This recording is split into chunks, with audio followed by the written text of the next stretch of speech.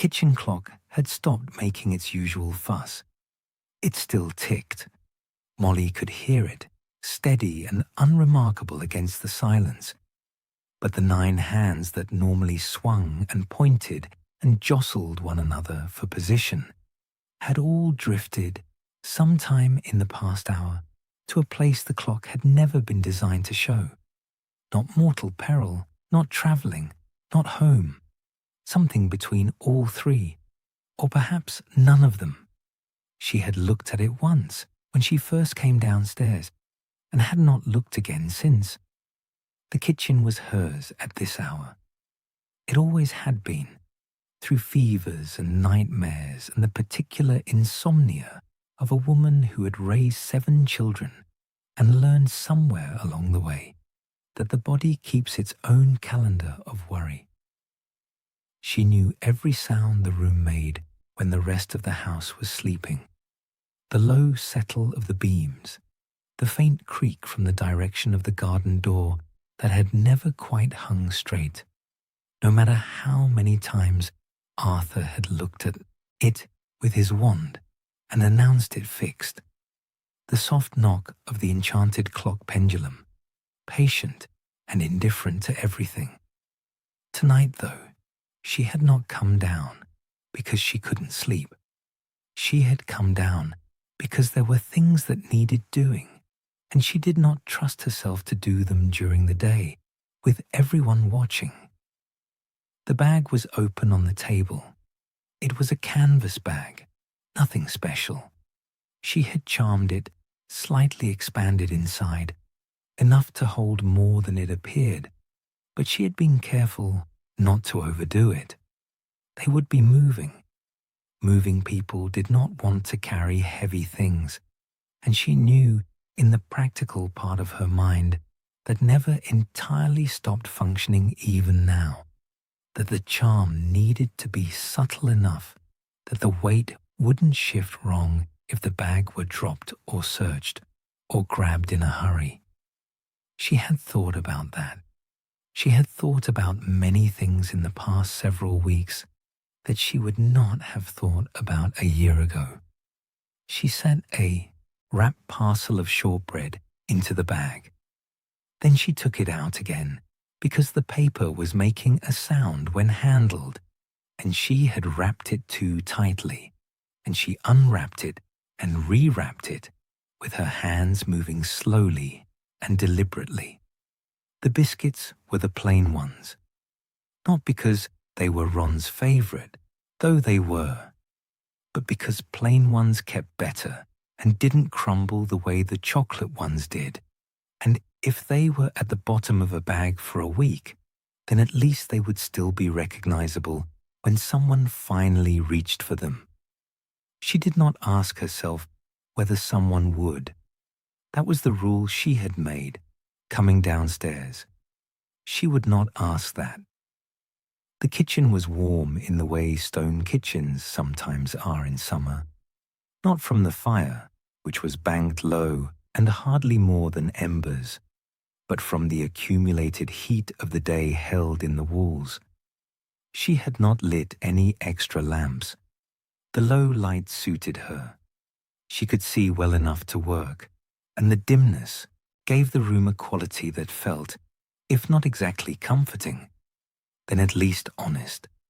Shadows in corners, the copper pans along the back wall catching the embers and holding a dull glow. Everything in its place, or close enough. She reached for the jar of honey. It was the good honey from a wizard beekeeper in Devon who had sold at the Hogsmeade market for as long as Molly could remember. She had 3 jars of it in the pantry. She always kept 3, because it was the kind of thing one ran out of unexpectedly, and she had learned to keep reserves. She was now putting one of those jars in the bag, which left 2, and she noted this in the back of her mind and moved on. The honey was because Hermione had a habit, when she was anxious, of drinking warm water with honey late at night. Molly had noticed it last Christmas. She did not know whether Hermione still did it, or whether there would be any possibility of warm water, or any late nights that resembled the kind of late nights where Un could sit and drink something quietly. She had put the honey in anyway. For Hermione, she thought, not quite consciously, and did not think past that. She worked steadily. There was a rhythm to this, if she kept to it. The same rhythm she had always kept in kitchens, which was the rhythm of necessity moving forward. You had a list, or you made a list inside your head, and you went through it item by item, and you did not get ahead of yourself, and you did not look too far down the list, because there was always another thing after the thing you were on, and the only way to manage it was one thing at a time.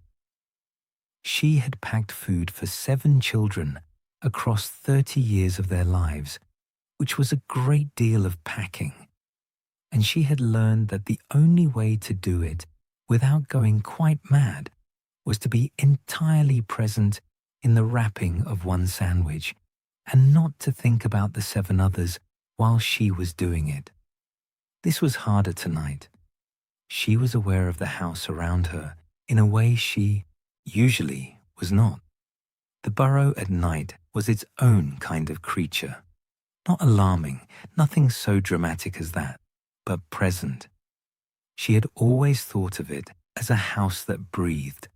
The wood breathed, certainly, expanded and contracted with the temperature in ways that the spells and charms couldn't entirely smooth away.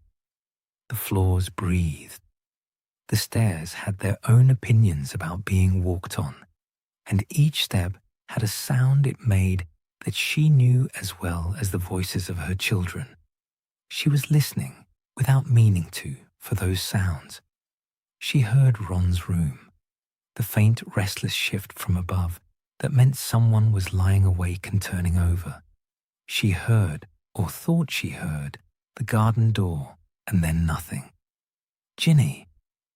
She did not go to the window. She would have seen the light on upstairs too, in the room where Harry was staying, and she already knew about that, and knowing about it was sufficient. There were a great many things tonight that were sufficient to know. Without examining them, she opened the pantry and stood in front of it for a moment. It was well stocked. It was almost always well stocked, because feeding a household of 9, and they were essentially 9 again this summer, the way the summers had always been, required the kind of systematic maintenance that she had stopped consciously thinking about and simply did. She could look at a pantry and know what it had and what it needed, the way another person might read a sentence. She was reading it now, and the information it gave her was full enough, more than enough for... She stopped reading. She took out a small round cheese, a packet of dried fruit, a tin of the soup that heated itself when you tapped the lid. She arranged these on the counter and stood there for a moment. Then, without having decided to, she sat down.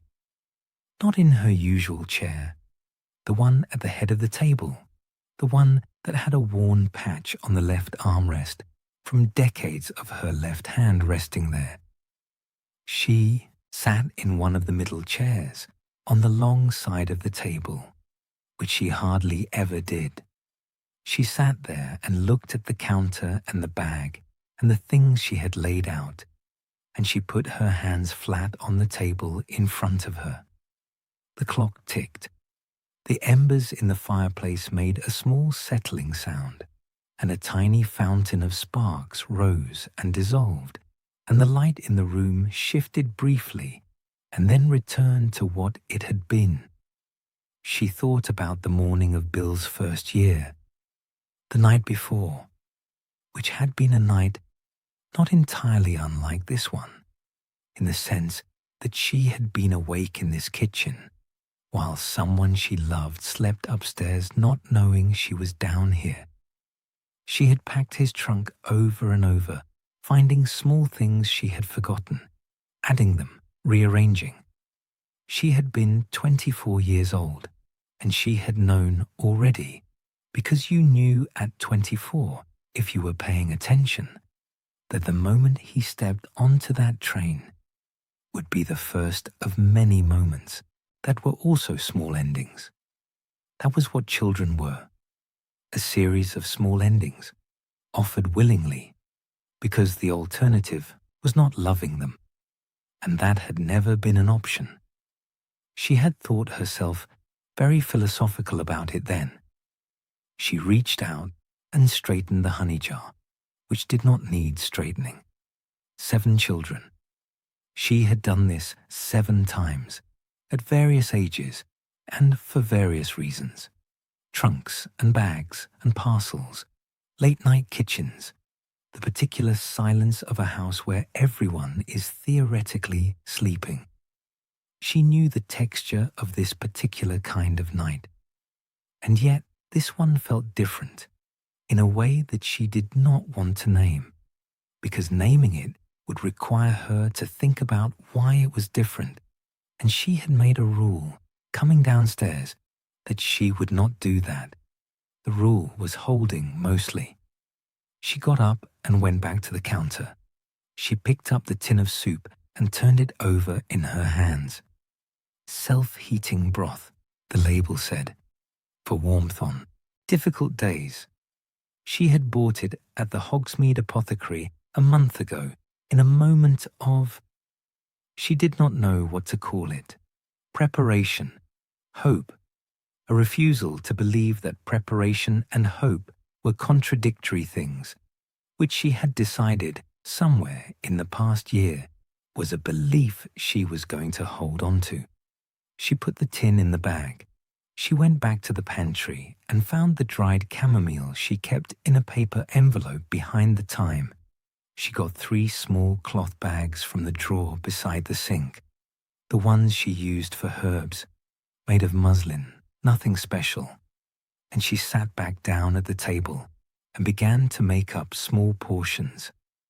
Chamomile for sleeping, peppermint for headaches, or for morale, or simply because it smelled like something.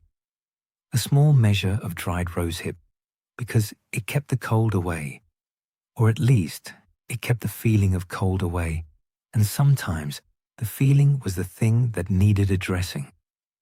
She worked by feel and long practice.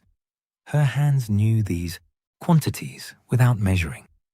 She folded each bag closed and set it on the table beside the other packed items, and the row of small things grew slowly, and the kitchen ticked and settled around her. Somewhere above, a floorboard moved, then another.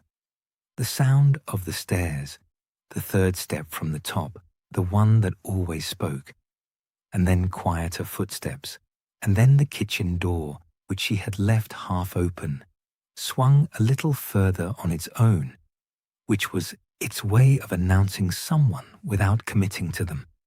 She did not turn around immediately. "I thought you were asleep," she said, to whichever of them it was. A pause. Couldn't. Ron. She had known from the footsteps, really. He had always had a particular way of coming downstairs that was half-shuffle, the way he had walked as a toddler and had never entirely grown out of it, though she had never told him so.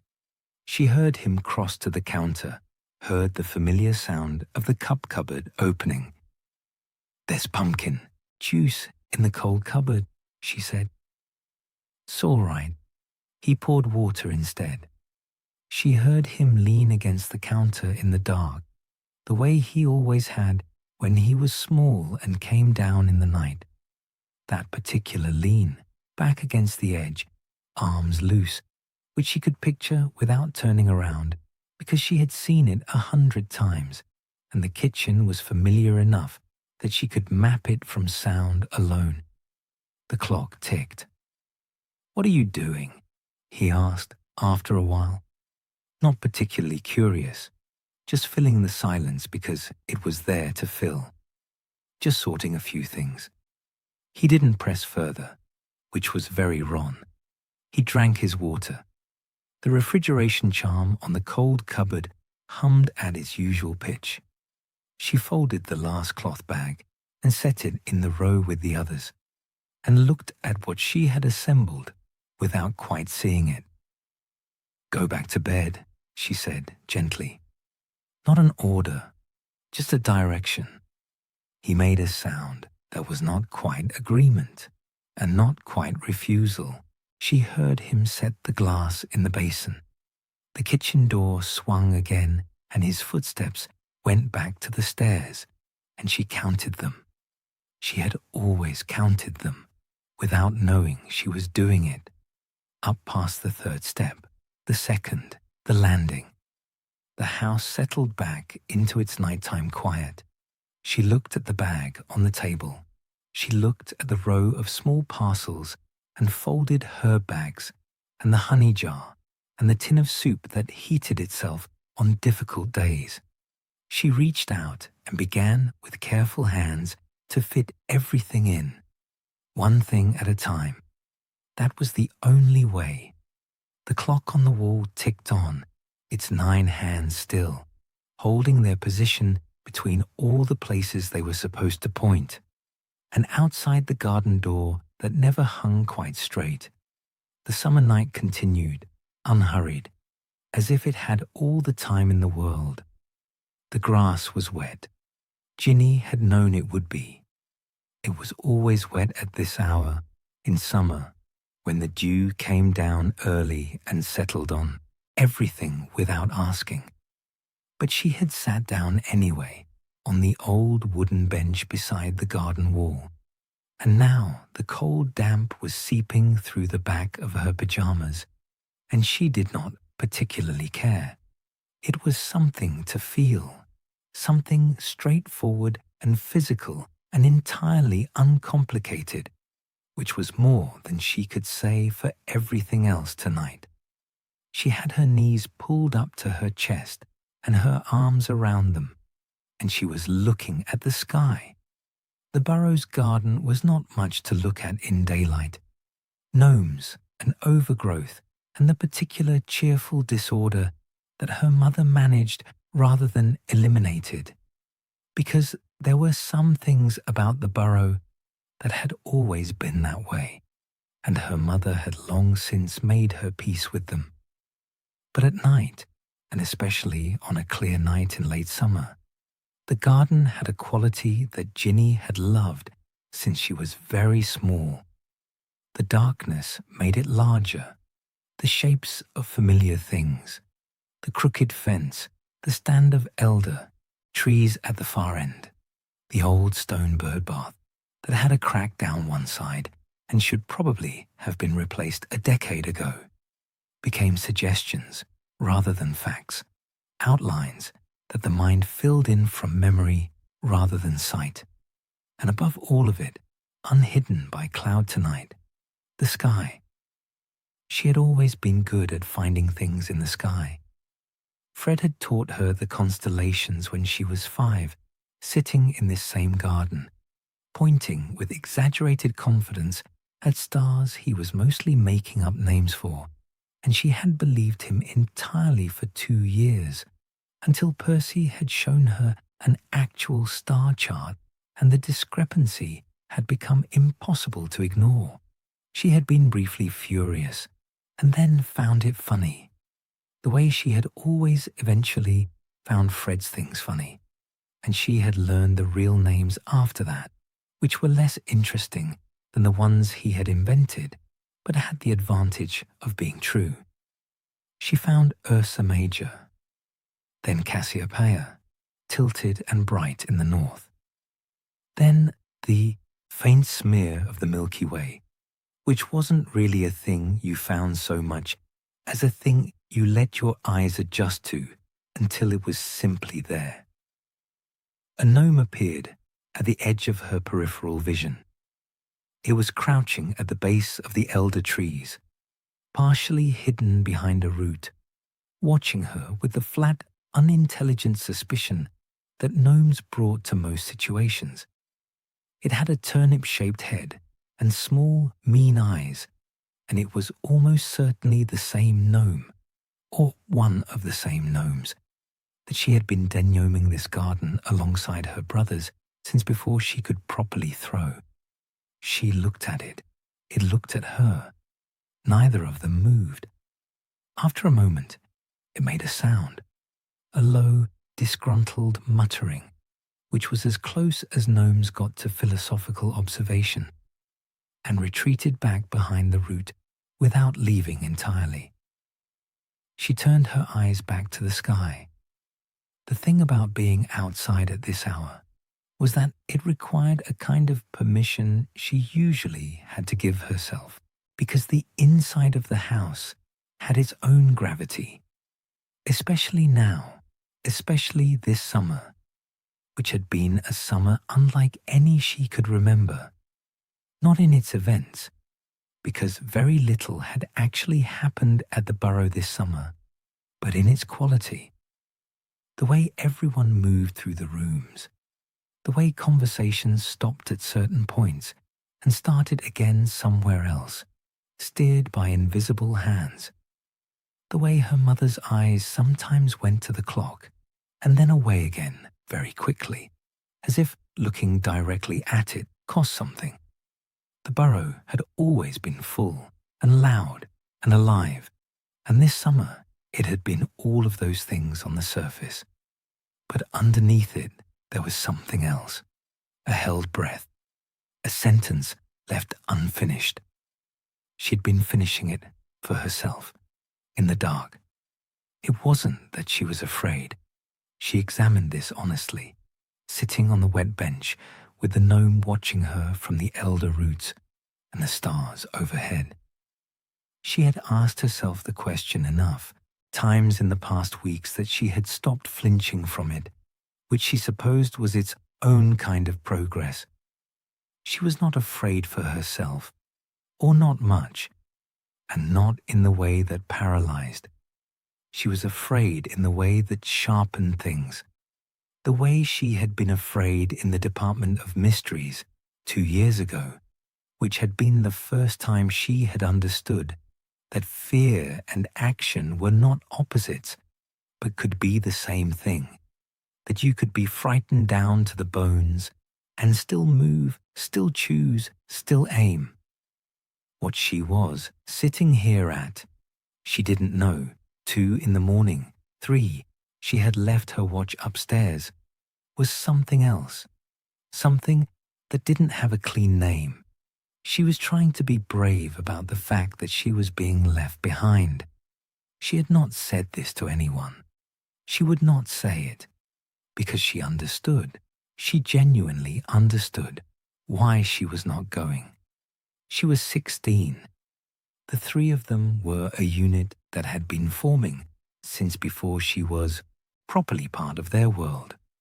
And the thing they were doing required the 3 of them specifically, their particular history and knowledge, and the way they moved together.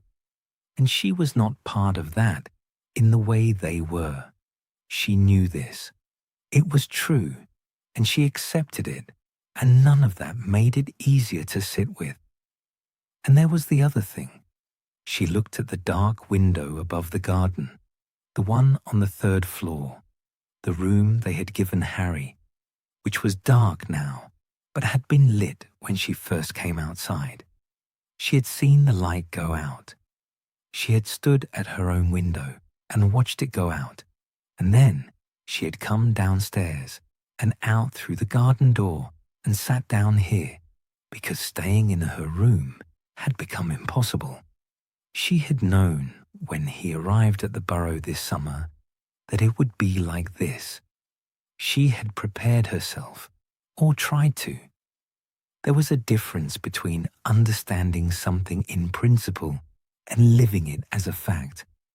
And the fact of Harry at the Burrow this summer, quiet and present and different from how he had been, more contained, as if he were carrying something carefully. had made the principal feel very thin. She pulled her knees tighter. A moth came out of the darkness and circled once near her face and went away again. Somewhere in the elder trees, something small moved through the leaves, a bird settling, or a creature she couldn't identify. Something going about its night business with total indifference to the larger proceedings. She thought about the last time she had sat out here at night. It had been in June, with Ron and Harry and Hermione, not long after they had all arrived. One of those evenings that had lasted until the stars came out because no one wanted to be the first to go inside. They had been laughing at something. She couldn't remember what now, only the quality of the laughter, which had been real and unforced, the kind that came when people were genuinely comfortable with one another. Hermione had grass stains on her elbows from where she had been lying on her back reading. Ron had fallen asleep briefly and woken up denying it. Harry had laughed, properly laughed, his whole face, at something Ron said, and she had thought, watching him, that this was the thing she wanted to protect, not anything grand or abstract, just this specific thing, this particular frequency of being alive and together in a garden on a summer evening. It had only been a few weeks ago. It felt longer. She heard the garden door. Not a creak. The door didn't creak going out, only coming in. Something to do with the hinges that her father had never got around to sorting. But the soft sound of it settling back into its frame. She didn't turn around. Footsteps through the grass. Her mother's footsteps, which she knew as well as her own. Her mother sat down on the bench beside her without saying anything. She had a shawl around her shoulders and her hair was loose, which was how she always looked at night, and she settled herself in the particular way she had, back straight, hands in her lap. That was as familiar as the bench itself. They looked at the sky together. The gnome, after several cautious minutes, emerged slightly further from behind its root, decided this development was not in its interest, and retreated fully. The elder trees rustled. "Can't sleep," Ginny said. "Not a question." "No," her mother agreed, in a tone that suggested she was not planning to elaborate. She didn't ask Ginny the same question, which Ginny was grateful for. There were questions she didn't want to answer, not because she was hiding anything, but because she didn't have the answers yet, and her mother had always had a sense for the difference between the silence that was closed and the silence that was simply not yet ready to open. It was one of the things about her that Ginny had not understood until she was old enough to need it. "There's Cassiopeia," her mother said after a while. She pointed, a slightly wrong direction, but in the general vicinity. "It's a bit more east than that." Her mother adjusted her pointing. "There, close enough." A pause. "Your father showed me that one," her mother said. "Before we were married, he had a muggle book about stars. He was terribly pleased with himself. A small private sound that was almost a laugh. He got most of them wrong." "Fred used to do that," Ginny said. "Make them up." "I know. I heard him once. I didn't say anything because your face was, you were so happy believing him." Ginny said nothing. The bench was solid beneath her, worn smooth over years of people sitting on it for reasons she would never fully know. She thought about all the conversations this garden had held, all the nights her family had sat here and looked at this same sky and said things or not said things. "Mum," she said. She had not planned to say anything. She had not come outside to talk and the thing she wanted to say was not a thing she had rehearsed, and she was aware, as she reached for it, that it might come out wrong or not come out at all. "I know why I'm staying," she said. "I'm not. I understand it." Her mother's hands, in her lap, shifted slightly. A small movement. She stopped, looked at Cassiopeia, started again. "I just want them to come back." The words were smaller than what she meant. They always were. Language had a way of arriving slightly short of the thing you were actually trying to say, and you had to either accept the gap or exhaust yourself trying to close it. She had learned, slowly, to accept it. Her mother reached over and put her hand over Ginny's, where it was resting on the bench between them. Not squeezing, not holding, just resting. A weight, a fact. They sat there. The sky moved in its imperceptible way, the stars wheeling on their long, slow course, Cassiopeia a little more east every hour, and the Milky Way soft constant above the elder trees. The dew continued to settle. The moth came back and went away again. The gnome, apparently concluding that neither of them intended to do anything interesting, vanished entirely into the undergrowth. Ginny thought about bravery. She had thought about it a great deal this summer. She had been inside the Department of Mysteries. She had been inside Hogwarts when it had become something different from what it was supposed to be. She knew what fear felt like in her body, the particular cold of it, the way it lived in the chest and the throat. And she knew from experience that you could carry it and still do things. That was what bravery actually was. Not the absence of the fear, but the decision to keep moving. She was trying to apply that now, to this, to the sitting still. She was not entirely sure it worked the same way. Moving through fear was a thing she knew how to do. Sitting with it, in a wet garden at 3 a.m, while the people you cared about slept upstairs in preparation for leaving. That was a different kind of requirement, a different muscle. She was not certain she had built it yet, but her mother's hand was on hers, and the bench was solid, and the sky was doing what it had always done, indifferent and beautiful, and that was something. "Cold?" her mother asked after a long while. "A bit." Her mother did not suggest going in. She simply reached up and unfolded the shawl from her own shoulders and draped it around Ginny's without ceremony, the way she had always distributed warmth, as a matter of course, without requiring gratitude, because it was simply the thing to be done. Ginny pulled it around herself.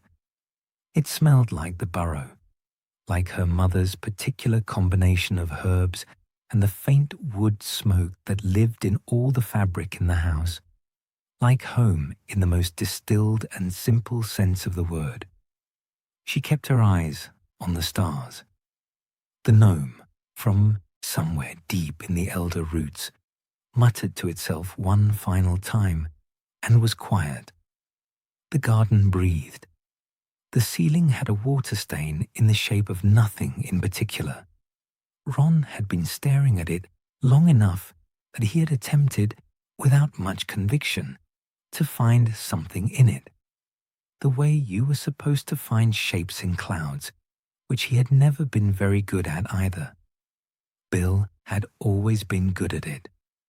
Bill would look at a cloud and say dragon or 3-headed horse, and Ron would look at the same cloud and see a cloud.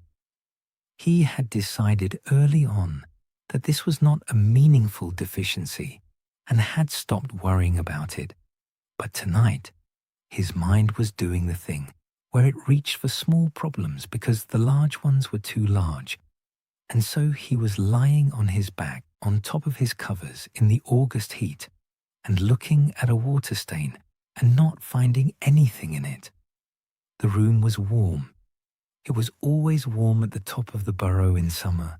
Heat rose, and his room was as high as the house went, which meant it collected the warmth of every floor below it and held it through the night like a stored complaint.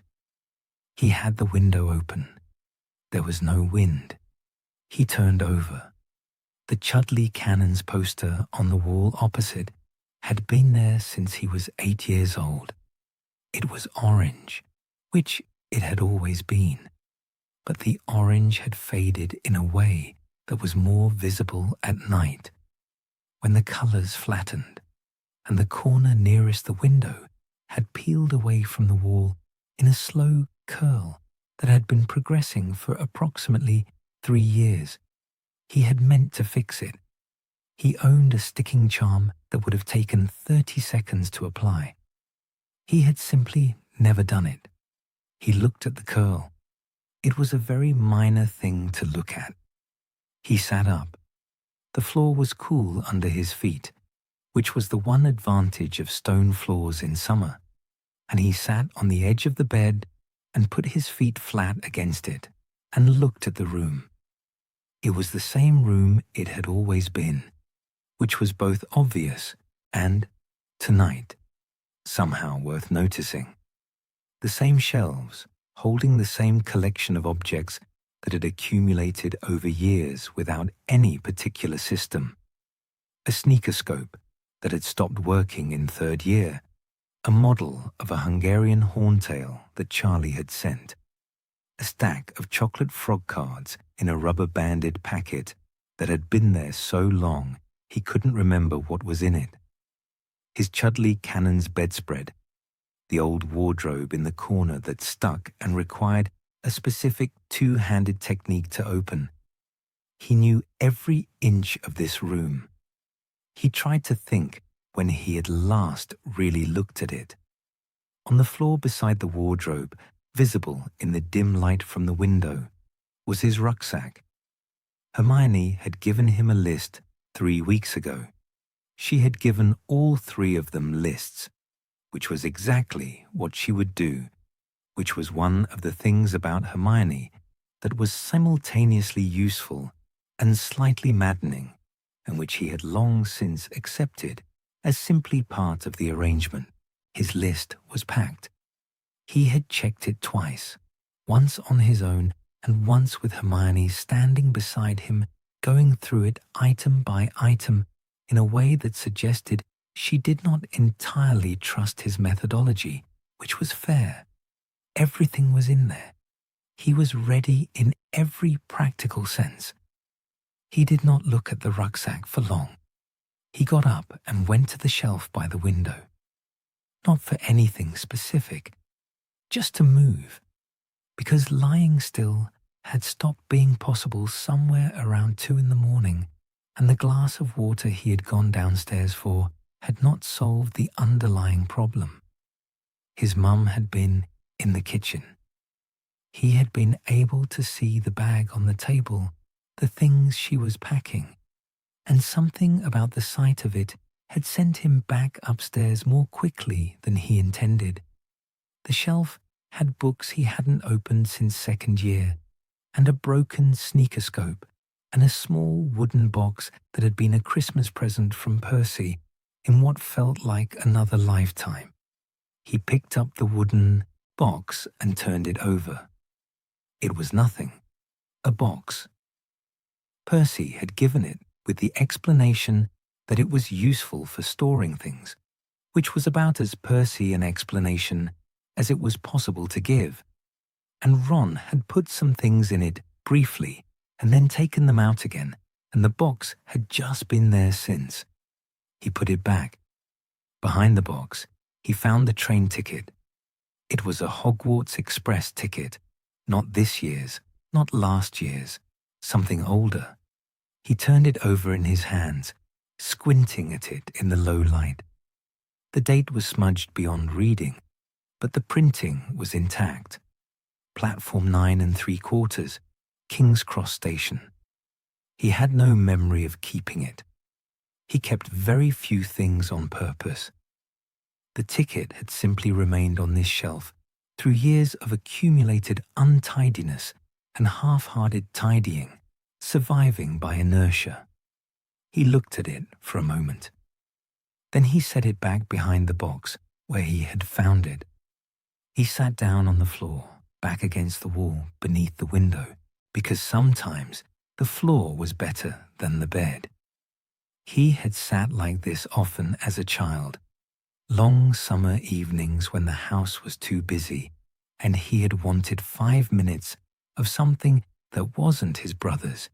He would come up here and sit on the floor with his back against the wall and simply be separate for a while. It had been enough, usually, the room being his, the particular silence of a room that was yours and no one else's. Harry was downstairs, 1 floor down, in the room that was technically the guest room and had been, over the years, various brothers' rooms. Ron had walked past it earlier and seen the light under the door, which had meant Harry was awake too, and he had stood in the hall for a moment and then kept walking because he had not known what he would say if he knocked. That was the thing tonight. He kept arriving at doors, metaphorical and otherwise, and finding that he didn't have the words on the other side of them. He was not someone who needed words, particularly. This was not a new discovery. He had known from an early age that he was not the kind of person who talked about things at length, and he had made various degrees of peace with that over the years. Harry was similar in his way. The two of them had spent a great deal of time together across 7 years of friendship, in a comfortable mutual silence that had served them both well. Hermione talked enough for several people when the situation required it, and between the two of them, they had generally managed. But there was a specific kind of thing he didn't know what to do with tonight, which was that tomorrow morning was not the same as other mornings, and he was fairly sure Harry knew it. And he was fairly sure Harry was 1 floor down, not sleeping for the same reason he was up here not sleeping. And despite all of that, he had walked past the door. He tipped his head back against the wall. Above the window, the sky was lightening almost imperceptibly. Not dawn, not close to it, but the particular quality that summer darkness had after midnight, as if it were only ever doing a partial job. He could see a piece of sky from where he was sitting. A few stars. He thought about the first time he had been on the Hogwarts Express. He had been 11 and terrified, though he would not have used that word at the time. He had been nervous in the way that presented itself as loud and overconfident, which was a habit he had mostly grown out of. He had not been sure, standing on that platform, that he was going to be all right. He had been the 6th Weasley through those same doors, and all the things that meant had been sitting heavily on him in ways he was only beginning to understand. And then Harry had come into his compartment and asked if he could sit down, and something had settled. That was really all it had been, a boy asking to sit down. He pulled one knee up to his chest and looked at the opposite wall. The Cannons poster, the peeling corner, the faded orange. He thought about Hermione, the way she had looked at dinner last week when she thought no one was watching. That brief, unguarded expression that crossed her face and was gone before it could be examined. He had noticed it the way he had learned to notice things about Hermione, which was sideways and carefully, because direct attention tended to make her put whatever it was away. He had not said anything. He was not sure there was anything to say, or that saying it would help. He was not good at this, was the thing, at the large thing. The large, important thing that was happening tomorrow. He was not sure he was good at any part of it, and all the preparation and all the lists Hermione had made and all the checking and rechecking of what he'd packed did not address that particular uncertainty. But he turned the thought over carefully, the way he had learned to turn things over when he didn't want to get them wrong. He thought that being good at it was possibly not the point, or not the whole point. He had been Harry's friend for 7 years, not because he was the most talented, or the most prepared, or the most anything. He had just been there. He had shown up over and over, including the times he'd rather not have, and he had been there. He could do that. He was fairly certain he could keep doing that. A floorboard creaked on the stairs. His mother's step, light and familiar, going back up after her time in the kitchen. He listened to it pass his door and continue upward towards her room.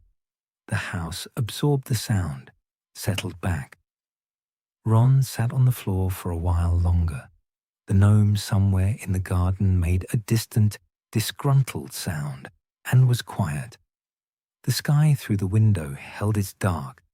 Eventually, he got up, because the floor was becoming uncomfortable, and there was no particular reason to stay on it. He stood for a moment in the middle of his room, looking at nothing specific. The rucksack by the wardrobe, the train ticket behind the box on the shelf, which he couldn't see from here, but knew was there. He got back into bed. He lay on his back and looked at the water stain on the ceiling, which was still the shape of nothing in particular, and pulled the Chudley Cannon's bedspread up despite the heat, because it was his and he had always slept with it, and closed his eyes.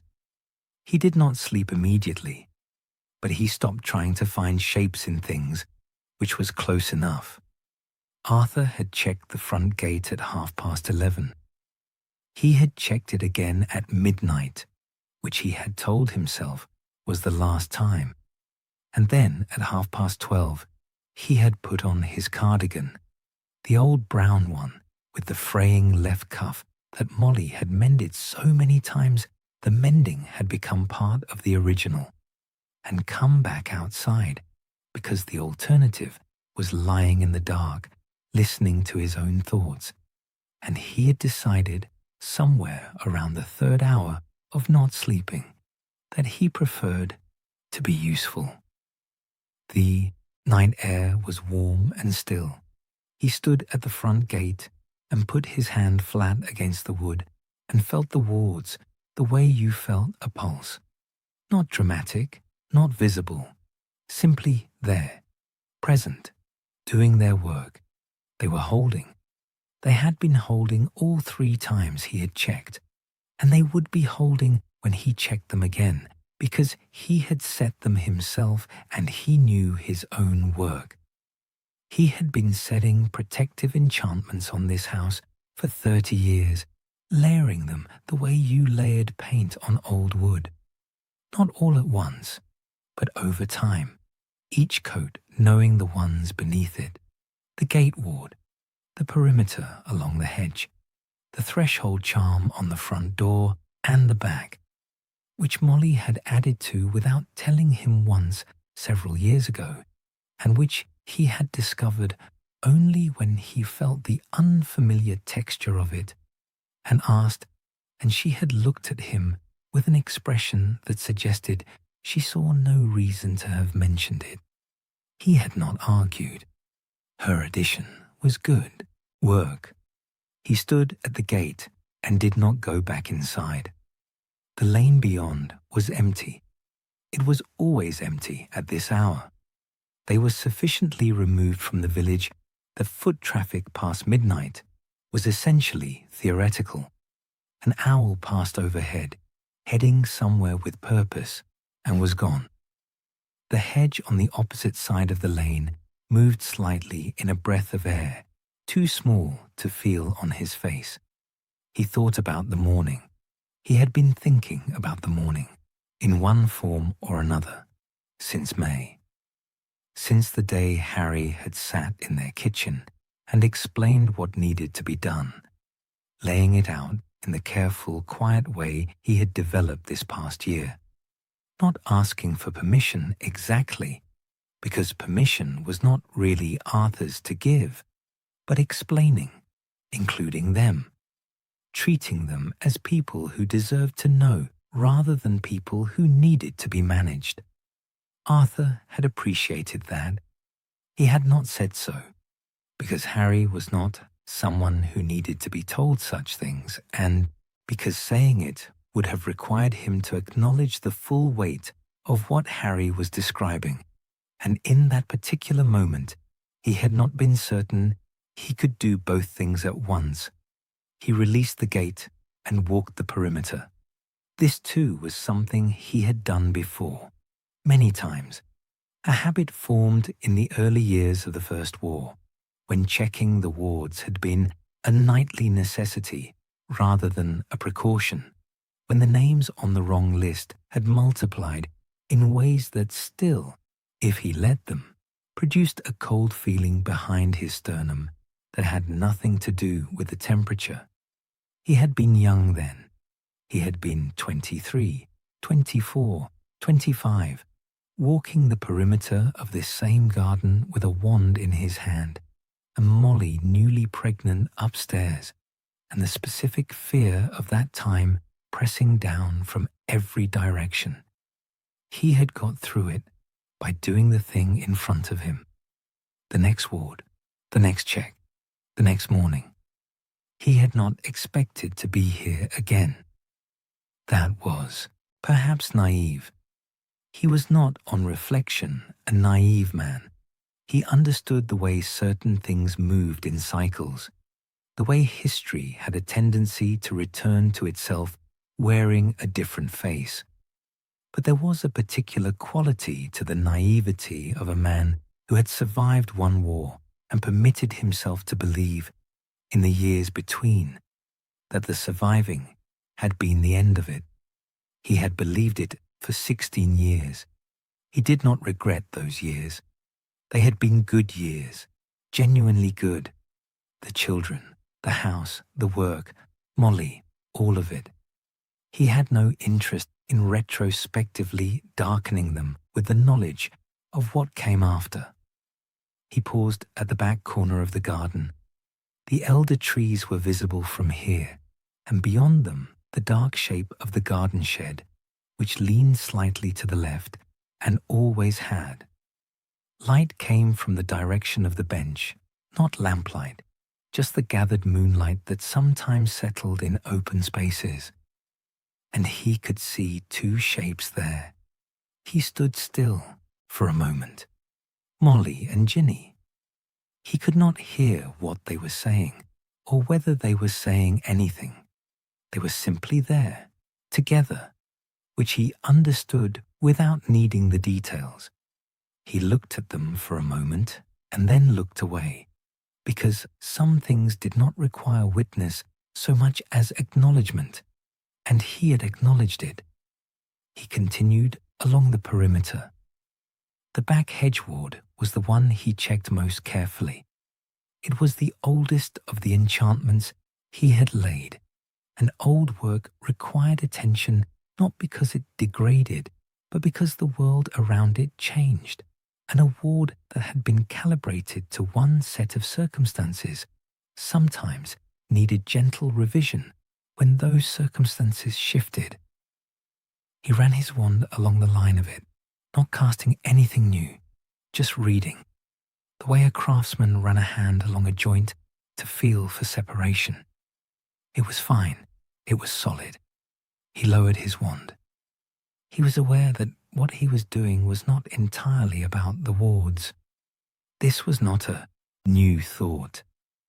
He had been aware of it since the first check at 11:30, when he had stood at the front gate and understood with the clarity that comes after midnight, that the wards were not the point. They were something to do with his hands. They were a reason to be outside in the dark, doing a thing he knew how to do, rather than upstairs in the dark, doing nothing at all. They were, in the language he had developed over 30 years of marriage, the kind of activity that Molly had once looked at him with mild exasperation and called Arthurish, meaning neither good nor bad, meaning simply characteristic, meaning she understood it, even when it baffled her. He missed her, suddenly, which was a peculiar feeling to have about a woman who was 30 feet away. He walked back toward the house. The kitchen light was still on. He could see it from the garden, warm and steady. And as he came around the side, he could see Molly through the window without her seeing him. She was sitting at the table with her back to the glass. She was not packing for the moment. She was simply sitting, which was unusual enough that he paused. He had loved her for 37 years, and he still found her capable of surprising him, which he considered one of the better things about a long marriage. Not dramatic surprises, nothing so large as that mostly. Small ones. The way she had an opinion about everything and was usually right. The way she cried at completely unexpected things and not at all at the things you would predict. The way she had put her addition on the threshold charm without telling him, and the addition was good, and she had known it was good and had not mentioned it until asked. He went inside through the garden door. She heard him, of course. She always heard him. "Wards," she said, not turning around. Not a question, not quite. Just checking. He came to the counter and filled the kettle, because it was past 3 in the morning, and they were both awake, and there was nothing else for it. "They're fine." "I know they're fine." "Yes." He set the kettle on. "I know you know." She turned around then and looked at him, and he looked at her. She had her hair loose, and the shawl she had gone outside with was gone, given to Ginny, he assumed, which was exactly what she would have done. She looked tired. She looked like herself, which was not the same thing as looking tired, but tonight was also that. He sat down across from her. The bag was on the table between them, packed and closed. He did not look at it directly.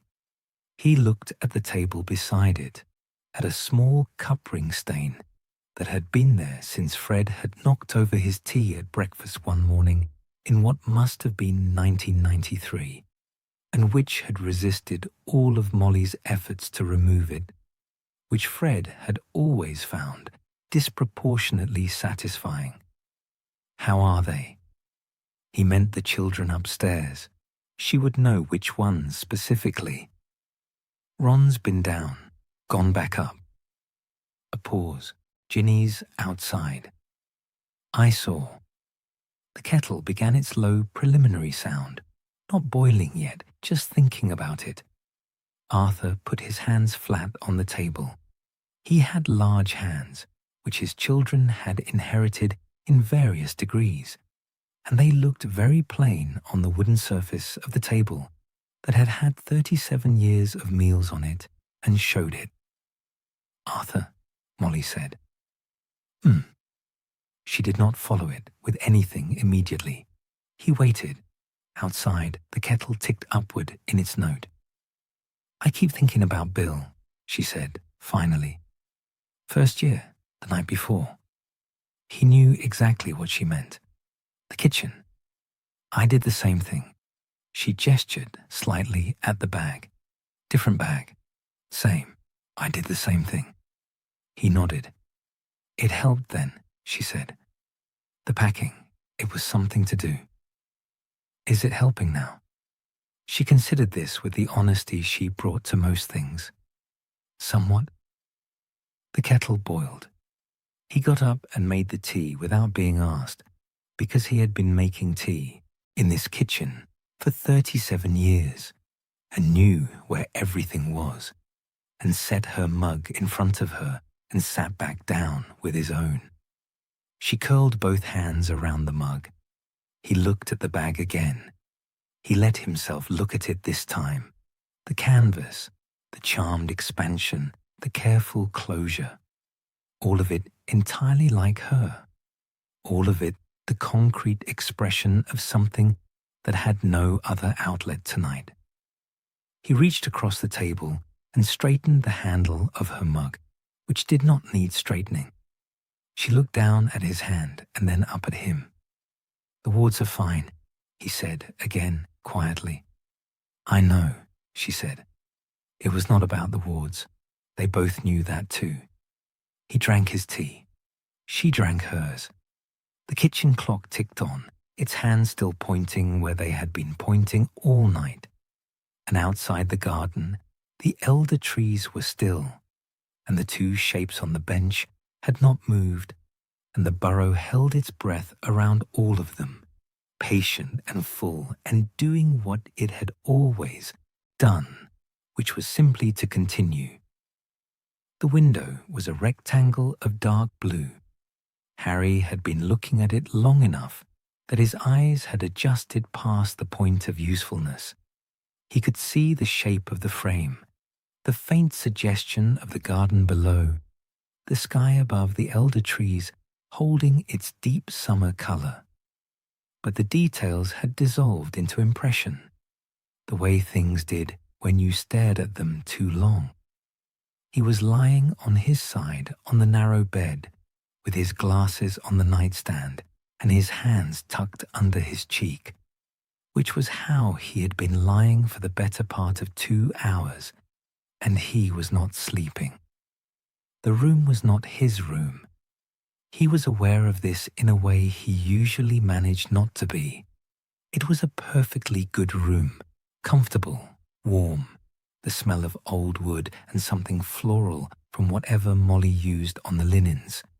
And he had slept in it well enough on previous visits.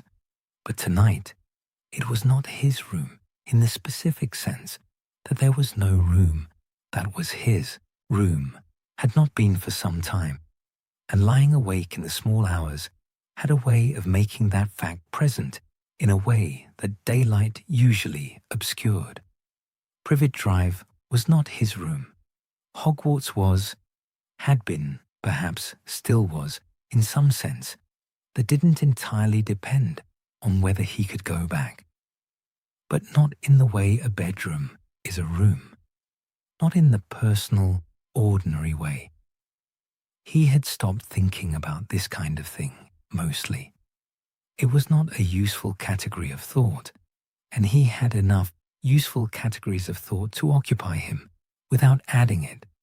But tonight was not a night for useful categories, it appeared. He sat up. Without his glasses, the room was soft at the edges, shapes present but not precise. He found the glasses by feel and put them on, and the room sharpened, and he looked at it. The familiar unfamiliarity of it. The small wardrobe, the low ceiling, the rag rug on the floor that he had stepped on every morning for the past several weeks, and which he had somehow not memorized the position of because he was still occasionally surprised by it. His trunk was at the foot of the bed. He had packed it 3 times. The first time he had been thorough, but not systematic, and Hermione had looked at it with an expression she had been too polite to voice, but which he had understood perfectly. The second time, he had followed her list. The third time, he had unpacked it again and repacked it himself. Not because there was anything wrong with how it was after the second packing, but because he had needed to do something with his hands, and it was the available task. It was closed now, latched, ready. He looked at it for a moment and then looked away, toward the window. Below, in the garden, there were two shapes on the bench. He could see them without meaning to.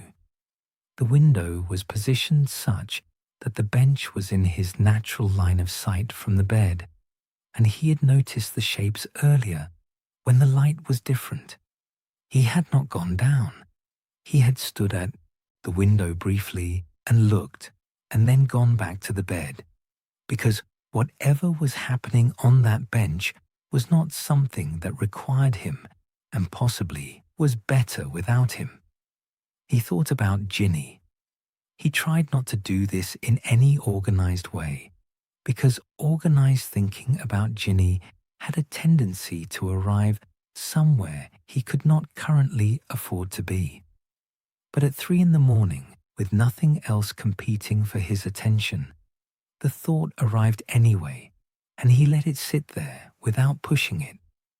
The way she had been this summer, not different exactly, but more deliberate, as if she had made a decision somewhere about how she was going to be and was holding to it. He respected that. He understood it, because he had made similar decisions himself about similar things. The business of deciding how you were going to carry something that could not be put down. He got up. The floor was cool. He stood in the middle of the room for a moment and then went to the trunk, not with any clear intention, and crouched in front of it and opened it. The inside was orderly, which was Hermione's influence. Everything in a logical place. He looked at it without removing anything. There, near the top, was the photograph. He picked it up. It was the one Hagrid had given him at the end of first year. The album, but this particular photograph had worked loose from the page at some point in the past year, and now lived in the trunk by itself. His parents. They were standing in a garden he didn't recognize. His father's arm around his mother's shoulders, both of them laughing at something outside the frame. They moved in the photograph, slightly, the small perpetual motion of wizarding photographs. His father turning his head, his mother leaning briefly into his side. He had looked at this photograph so many times that he had stopped somewhere along the way, being devastated by it. That had been a gradual process, and not entirely a comfortable one. The moving from grief that was acute to something that was simply part of the landscape. He was not sure what to call what he felt looking at it now. Something quieter than sadness. Something that was also, strangely, company. He held it for a while. Then he set it on top of the folded clothes, visible, and went back to looking at the trunk. There was Hermione's list, folded into quarters, tucked against the inside of the lid. Her handwriting, small and precise, and slightly slanted, which was how she always wrote when she was being careful. He did not unfold it. He knew what it said. He was simply aware of it being there, which was its own form of reassurance. Not the contents, but the fact of it, the evidence that she had sat down and thought this through, and written it down in her careful handwriting, and given it to him, which was Hermione's version of saying, "I am taking this seriously. I am with you. Here is proof in ink." Beside the list, wedged into the corner, was the broken watch. It had been Sirius's, not originally. It had passed through several hands, as things did, and Harry had come into possession of it in a way he could no longer entirely reconstruct, and it had stopped working sometime in 6th year. He had not repaired it, and he had not thrown it away. It sat in the corner of his trunk, with its hands frozen at an hour he did not try to read meaning into, and he left it there because leaving it there was the thing he had chosen to do, and he had not found a reason to choose differently. He closed the trunk. He sat on the floor in front of it, back against the bed frame, the photograph in his hand. He could hear the house around him, the specific nighttime sounds of the Burrow, which he had learned over several summers and which were different from any other building he had slept in. The Burrow had a personality, which he had thought on his very first visit and had continued to think since. It was a house that had been lived in with great intensity for a very long time, and that living had got into the wood somehow, into the particular way it settled and creaked and breathed. He thought he heard footsteps somewhere below, a floorboard, the faint sound of the kitchen. He did not go down. He thought about tomorrow with the deliberate plainness he had been practicing for weeks now, not avoiding it, not dramatizing it, just looking at it the way you looked at a map. They would leave in the morning, the three of them. They had a direction and a first step, and after that, it would be one thing at a time, which was the only way it was going to work, and he knew that. He was not afraid of the leaving. That was true, and he had examined it enough to trust it. The leaving he was ready for. The leaving was action, and action was something he understood. What he sat with tonight was something else, something harder to look at plainly. He looked at the photograph. His father was laughing again, always laughing at that particular moment, outside the frame, whatever it had been. His mother turned her face up and said something, and his father listened, and the loop continued, and Harry watched it and thought about how many nights in this house he had had, meals and evenings, an ordinary time, the kind of time he had not had enough of anywhere and had had, at least, here. He thought about Molly calling him down to breakfast in the specific way she had. That was not quite his name. That was slightly more than his name. That had taken him a long time to understand and longer to accept. He thought about Arthur showing him some Muggle object with the particular joy Arthur brought to everything Muggle, the way his whole face changed. He thought about Ron, one floor up, almost certainly also awake, and almost certainly also not going to knock. He almost smiled. That was the thing about Ron, which he had known since they were 11 years old, and which had not changed. Ron would walk past a closed door 50 times without knocking, and if you asked him why, he would say he didn't want to bother anyone, and the truth underneath that was simpler and had nothing to do with bothering. He understood Ron in this specific way because he was the same. He had stood in this room earlier with his hand not quite on the door handle, not going down, not knocking on Ron's door, simply existing in the hall for a moment before going back to bed. He put the photograph down on the nightstand where he could see it. He got back into bed.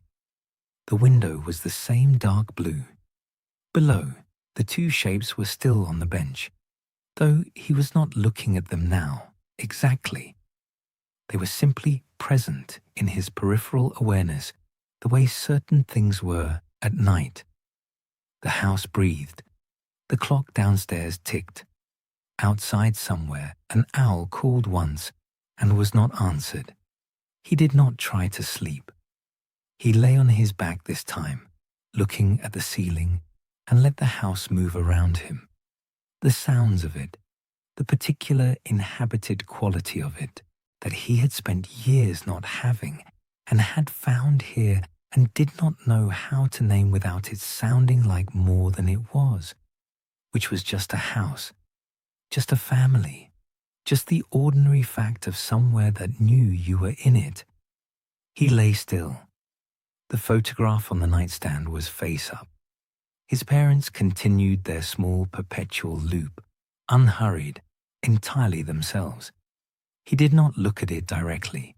He did not need to. The kettle had been refilled twice. Molly had not planned for a long night in the kitchen. She had planned, in the vague way one plans things that are really just intentions, to pack the bag and go back upstairs before 4. But the bag was packed and closed, and she was still here, and Arthur was still here, and the second kettle had gone the way of the first, and now the third was on, and neither of them had mentioned going up. The kitchen had settled into a particular quality that late nights sometimes had. Not uncomfortable, not tense, but honest in a way that earlier hours were not. Something about the hour stripped the day's performance away. The version of yourself you maintained for the world, even for the people closest to you, thinned after midnight until what was left was simply what was there. She had always found this either very good or very difficult, depending on the night. Tonight, it was both. Arthur had his hands around his mug. He had large hands, and he held the mug the same way he always had, with both palms against the ceramic, which he said kept it warmer longer, and which was almost certainly not true, but which she had never argued with, because it was such a thoroughly Arthur reason for doing something. She looked at his hands and thought about all the cups of tea those hands had held in this kitchen across all the years of this kitchen, and the thought arrived not as sentiment, but simply as fact. The accumulated weight of ordinary repeated things, which was what a life together actually was, beneath all the things you called it. He was looking at the bag. She let him look. She had looked at it enough herself tonight, and had arrived somewhere in the past hour, at a place of provisional peace with it. Not acceptance exactly, because acceptance suggested the thing was over, and the thing was not over. The thing had not started yet. Something more like setting it down for a moment. The bag was packed. The honey was in there, and the soup, and the herb sachets, and the shortbread in its re-wrapped paper. She had done what she could do, which was not nothing, and was also not enough, and she had arrived at the specific exhaustion of someone who has worked to the edge of their available work and found the edge. "Do you remember," Arthur said without preamble, "when Bill left for Egypt?" "She did. Of course she did. You cried on the platform. I did not." "Arthur," a pause. "I was emotional," he said with dignity. "You cried. Charlie had to." "Charlie was also emotional." "Charlie patted your back. He drank his tea." She did not pursue it, because she was smiling now, and she had not expected to be smiling, and she did not want to interrupt it. It was the kind of smile that arrived sideways and asked very little, not happiness exactly, but the particular lightness that came from a shared history, long enough to contain both sorrow and comedy, sometimes simultaneously. "The point I was making," Arthur said, "before I was mischaracterized, you were accurately characterized, was that it was different. Bill going to Egypt, it was frightening. We didn't know what he'd be getting into, and there was still. It wasn't long after the First War, and things were still unsettled. I remember standing on that platform and thinking, I didn't know how to do this part." She looked at him. "The letting go part," he said. "I didn't know how you were supposed to do it." "Did you work it out?" He considered. "I worked out that you don't, really. You just do it, and it doesn't stop being difficult, and you do it anyway." He turned the mug in his hands, "Which isn't very comforting, I realize." "No," she agreed. But it's true. The third kettle began its low sound. She got up and moved it slightly off the heat so it would slow down, because she did not want more tea yet. She just wanted the warmth of it in the background. The kitchen did something when a kettle was on, something to do with the steam and the sound, that made it feel occupied in a way that silence did not. She had noticed this over decades of late nights and had never mentioned it to anyone, because it was the sort of observation that was only useful to the person who had made it. She sat back down. The clock ticked. The bag sat between them. "He's ready," Arthur said. He did not need to specify who. "I know. They all are. Hermione most of all, probably. But the others, yes." She nodded. This was also something she knew and had known for some time, and the knowing of it was not simple. Her children were capable. She had raised them to be capable, had done everything she could think of to give them the things they would need, and they were. They were more than capable. They were brave in ways that sometimes frightened her, because bravery was not the same as safety, and she had always known that, and knowing it had not made it easier to watch. You raised them to be strong enough to leave, and then they left, and the strength you had given them was the very thing that took them from you. She had thought this thought before.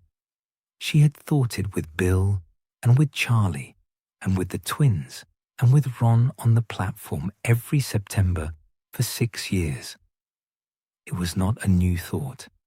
It was a thought she had made her peace with, and continued to make her peace with on a recurring basis, because peace of that kind was not a thing you arrived at once and kept. It was a thing you had to keep choosing. "He has no one else," she said. It came out quietly. Arthur looked at her. "Harry." She kept her voice even. "He has no one. Not a family. Not the kind you go back to." She paused. "I think about that. I know you do. I'm not saying it to say it. I'm saying it because it's one of the things that—" She stopped. There was a limit to what she could say about Harry, even to Arthur, because some of what she felt about the boy was not a thing she could put into plain words, without it becoming more than she could manage at 4 in the morning. She had loved him. She had loved him in the practical way she loved her own children, by feeding him and worrying about him and noting what he liked and putting it in front of him when she could. And there was a particular ache to loving someone who did not quite know what to do with it. "He knows," Arthur said. "Does he?" "Yes. Simply, he does." She was not entirely certain that was true, but she allowed it, because Arthur had a quieter kind of perception than people generally gave him credit for, and because she wanted it to be true, and that was also a form of information. She got up and went to the counter. Not for anything specific. She simply needed to move. She stood at the counter and looked out the window above the sink, which gave a view of the side garden, dim and shapeless at this hour. The window had a small crack in the lower corner of the glass that had been there since a garden gnome had made an exceptional throw several summers ago, and she had never got around to replacing the pane, and the crack was there in the darkness, familiar. "What time is it?" she said. She heard Arthur check. "Just past 4. Not long until light. In summer, light came early and without much warning. You looked out a window and it was dark, and then you looked again, and it was not." She was aware of the morning as a real and approaching thing in a way she had been holding at a slight distance all night. It was becoming harder to hold. She heard Arthur get up His footsteps, familiar, slightly, heavy, the step of a tall man who had never entirely learned to walk quietly despite years of navigating a house with sleeping children in it, came to the counter beside her. He stood there, not touching, just present. She looked at the crack in the glass. "I wrapped the shortbread twice," she said, "because the first wrapping was too tight." "I know." I saw the paper on the table. "And the honey. I put the honey in for Hermione." That was good thinking. She worries when she can't sleep, and she needs something warm, and I know they may not have, Molly, the means to heat anything, but at least if she has the honey she can. Molly, gently. She stopped. Arthur put his arm around her shoulders. Not dramatically, simply placed it there, the way he had been placing it there for 37 years, with the particular ease of a gesture so repeated it had become part of the architecture of things. She stood under the weight of it and looked at the crack in the glass. She did not cry. She had decided, coming downstairs, that she was not going to cry tonight, and she was holding to this with both hands, because if she started, she was not sure when she would stop, and there was a morning coming that required her to be standing upright and present. "The wards are good," Arthur said after a while. "I know. I checked them. I know that too." He said nothing more. She said nothing more. The kettle was still warm and the kitchen clock still ticked, and outside the side garden was beginning, only barely, only at the very edges, to separate itself from the general darkness. The first suggestion of a difference between the sky and the hedge. She watched it. Arthur's arm stayed where it was. She thought about the shortbread, wrapped carefully in fresh paper. She thought about the honey for Hermione, and the soup that heated itself, and the small muslin sachets of chamomile and peppermint and rosehip, tucked in the bag that sat on the table in this kitchen. That was hers, that had always been hers, that she had stood in through 30 years of mornings. She had done what she could. The window went on lightening, slowly and without asking. The sky was doing something. Ginny had been watching it long enough to see the change begin. Not dramatically.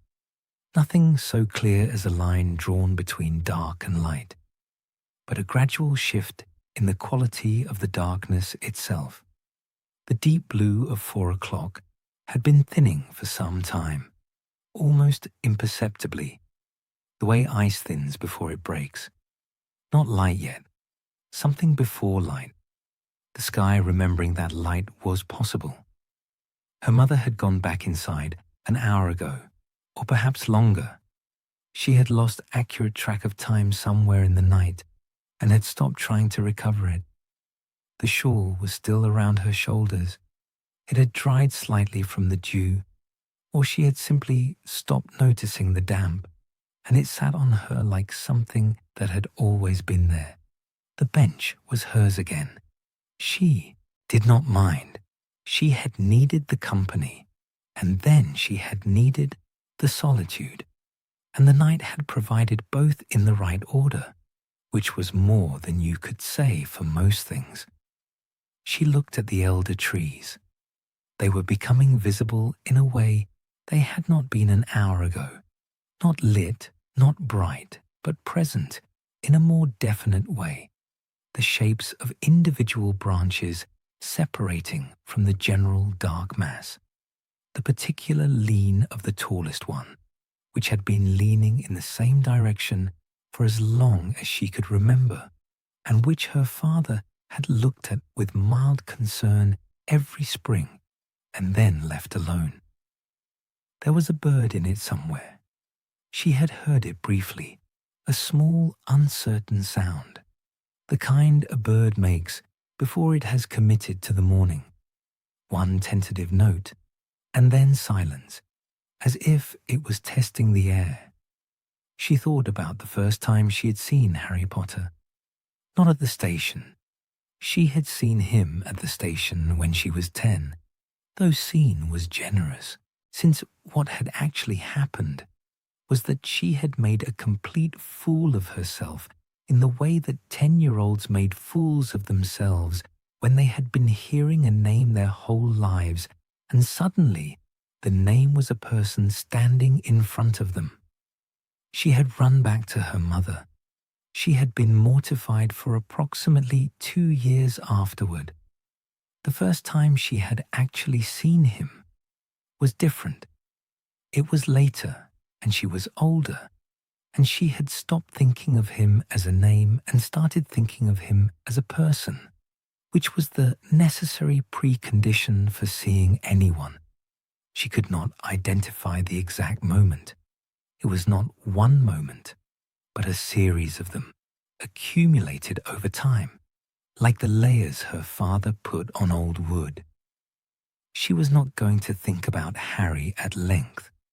She had made this decision somewhere around the second hour outside, and she was holding to it with the same determination she had been applying to several things tonight, which was to say, with moderate success and no expectation of perfection. The decision was not about pretending. It was about the difference between feeling something and going around inside it, and she had found this summer that the former was survivable in a way the latter was not. She looked at the sky. The bird tried again. 2 notes this time, slightly more confident. She thought instead about the summer, not any particular event, but the texture of it, the way the house had been, with all of them here, the evenings in the garden, the kitchen at mealtimes, which was a specific kind of chaos that she had grown up inside and which she loved without reservation. The passing of dishes and the overlapping conversations and her mother's periodic requests for quiet that no one quite heeded, and her father's delighted interjections about whatever muggle object he had come across that week. Fred and George sending letters that arrived with impractical accompaniments. Something had exploded in the kitchen in late June, mildly, as a kind of greeting. She wanted to hold all of it still. She knew she could not. Things moved. That was the condition. The summer had been this particular shape, and it would not be this shape again.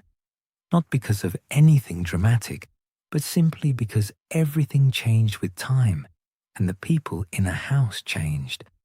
And what you gathered around a table was never exactly the same twice. She had understood this in a general way for years. She was understanding it more specifically tonight. The light was coming. She could see it at the horizon now, or what served as horizon from the garden, the dark line of the hills beyond the village, faint but distinguishable from the sky above them. A thin differentiation. Not color yet, just the distinction between one darkness and another. She heard the garden door. Not a knock, not a voice, just the sound of the door settling back into its frame, and then footsteps on the path. She turned her head. Her father was coming across the garden. He was in his cardigan, the brown one with the mended cuff, which meant he had been up for some time.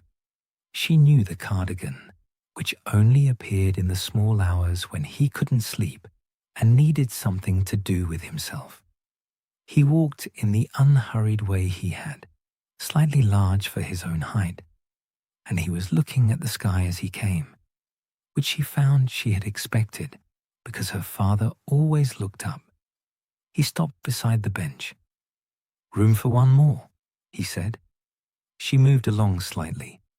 He sat down with the particular care of a tall man and a slightly narrow bench, got himself settled, and put his hands on his knees and looked at the horizon. "Your mother inside," she said. "In the kitchen still. Making more tea, I think." A pause. All looking at the bag. Hard to say. Ginny nodded. They sat. Her father was comfortable with silence in a way that was different from her mother's comfort with it. Her mother used silence deliberately as a considered choice, something she moved into when words were not the right tool. Her father simply lived in it easily, the way some people lived in untidy houses, without friction. He had always been that way. It was one of the things she had taken for granted as a child, and had come to appreciate consciously as she got older. "There's a bird in the elder," she said, after a while. He looked at the tree. "Wren, I'd think. They're always first." "First to what?" "Morning." He tilted his head slightly. "Wrens start before everything else. Before it's light, really. Before it makes any practical sense." She listened.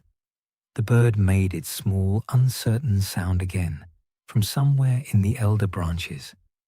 3 notes now, definitely more committed. As if each one gave it confidence for the next. "Dad," she said. She had not known she was going to say anything. The word had arrived before the intention.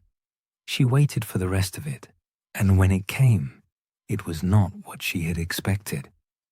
"Is it always like this? The waiting part?" He did not answer immediately, which meant he was taking the question seriously. Her father always took questions seriously, which was one of the better things about him. "Yes," he said, finally. "More or less. The waiting part is always the hardest." "Does it get easier?" He thought about this. "You get more practiced at it. That's probably not the same thing." He looked at the horizon. "I've been waiting for one thing or another since before Bill was born, and I still don't think I'm particularly good at it. I'm just more familiar with how it feels." She sat with that. "They'll be all right," he said. Not the emphatic version. Not the version that required belief in its own certainty to function. Just the quiet version, offered without demand. "I know," she said. And then, honestly, "I think I know." He nodded as if this was sufficient, which with her father it generally was. The light was growing. She could see it actively now. Not just the suggestion, but the fact of it. The sky at the horizon warming from grey to something she couldn't name yet. Not quite any colour. The hills were definite shapes. The elder trees had individual branches. The bird bath at the edge of the garden, with its long crack down one side, was visible in the gathering light, and something was sitting on the edge of it. A blackbird, still and watching, arrived without announcement. Her father saw it too. He made a small, satisfied sound. "Every morning," he said, to no one in particular. She looked at the burrow. It happened without intention. She simply found herself looking at it, the way you sometimes found yourself looking at something you passed every day but had stopped seeing. The house was lit from within, warm against the grey morning. The kitchen window, one light upstairs, and then, as she watched, another, a different window, slightly higher, where she hadn't expected it. Someone else awake. Someone else up and moving through their last hour of this particular night. The windows glowed. One by one, as she sat, the house came on. Not a coordinated thing. Just the ordinary accumulation of people who had been awake all night beginning in their separate rooms to move toward morning. Another light, a shadow crossing a window, the small sounds of the house changing register from its nighttime quiet to something that was not quite yet its daytime self, but was shifting in that direction. The wrens sang. Properly this time, not testing but committed. A full, clear line of sound that landed in the garden and stayed. The blackbird answered from the bird bath. 2 notes, definite. From somewhere further out, beyond the hedge, other birds were starting. The morning assembling itself from scattered parts, each voice adding to the next until the garden was full of it. Ginny looked at the sky. It was pink now, at the edges. A pale, tentative pink, the kind that meant a clear day coming. Her father had told her this years ago, and she had taken it in and kept it the way you kept things that were simple and true and came from people you trusted. She felt her father shift beside her. He was going to stand in a moment. She said nothing to stop him. He stood, carefully, with the bench creak that had always accompanied large people standing from small benches, and he put his hand briefly on the top of her head. Not a pat, not a ruffle, just a placement. The way you might set your hand on something to say, "I know you are here." And then he was walking back toward the house. The garden door opened and closed. She sat alone.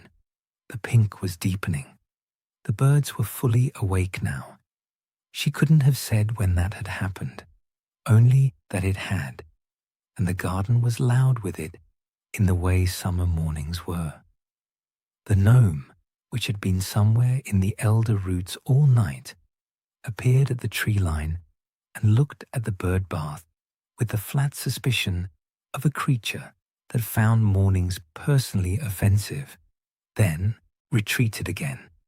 She almost laughed. She unwrapped the shawl from her shoulders, folded it in a loose approximation of neat, and set it on the bench beside her. She looked at the sky for one more moment, the pink becoming gold at the lowest edge, the blue above it, still cool and vast. And then she stood. Her feet were cold. The grass was still wet. She had been out here so long, the cold had become familiar rather than uncomfortable, a simple fact of the ground. She walked across the garden. The door, the one that didn't creak going in, swung open at her touch, and she stepped inside. The kitchen was warm immediately, the warmth of it a solid thing after hours of outside air. Her mother was at the counter, back to the door, already moving, already doing the first things of the morning in the steady, unhurried way she moved through mornings. The bag was no longer on the table. The table was itself again. Worn wood, the old cup ring stain, 4 chairs pulled in at different angles. Her mother turned. She did not say anything. She looked at Ginny for a moment with the particular look that did not require translation, and then she turned back to the counter. "Breakfast in an hour," she said. Ginny pulled out a chair and sat down. Outside, through the kitchen window, the garden was fully light now, green and clear and ordinary, the bird bath and the elder trees and the bench with the shawl on it, and the gnome somewhere in the undergrowth, all of it in its place, all of it the same. The Burrow's morning had begun.